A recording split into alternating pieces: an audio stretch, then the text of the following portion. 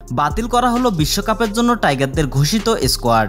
তামিমকে দলে নিয়ে আবারও নতুন করে বিশ্বকাপের দল ঘোষণা করল বাংলাদেশ ক্রিকেট বোর্ড বিসিবি। গতকাল বিশ্বকাপের জন্য 15 সদস্যের দল ঘোষণা করেছিল বাংলাদেশ ক্রিকেট বোর্ড। আর এই দল থেকে বাদ পড়েছিলেন বাংলাদেশের সেরা ওপেনার তামিম ইকবাল। হয়তো ব্যক্তিগত কারণে তামিম নিজেই সরে গিয়েছেন বিশ্বকাপ দল থেকে। তবে তামিমকে বাদ দিয়ে দল ঘোষণা করায় ক্ষেপে গিয়েছে লাখো ক্রিকেট ভক্তরা। কেননা তামিমের নেতৃত্বে বিশ্বকাপ জয়ের স্বপ্ন দেখেছিল বাংলাদেশ। তবে অধিনায়কত্ব না করলেও বিশ্বকাপ খেলার কথা ছিল তামিম ইকবালের।